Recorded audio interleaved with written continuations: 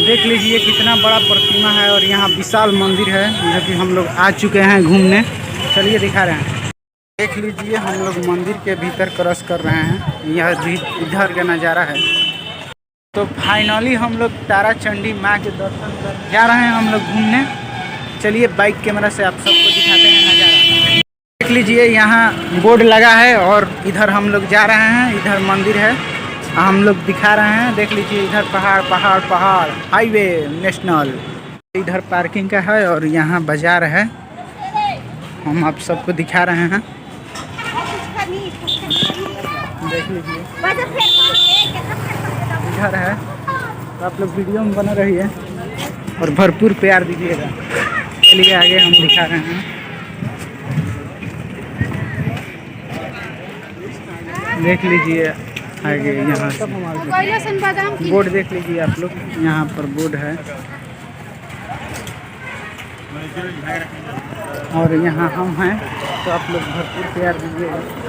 चलिए नज़ारा, और चलिए हम अपने बाइक का नज़ारा दिखा रहे हैं। देख लीजिए यहाँ दुआर है और हम यहाँ से प्रवेश कर रहे हैं।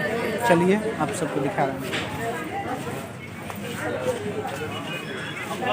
अभी हम घूम चुके हैं सभी जगह, अब जा रहे हैं घर पे। वीडियो को आप लोग ज़्यादा से ज़्यादा प्यार दीजिएगा।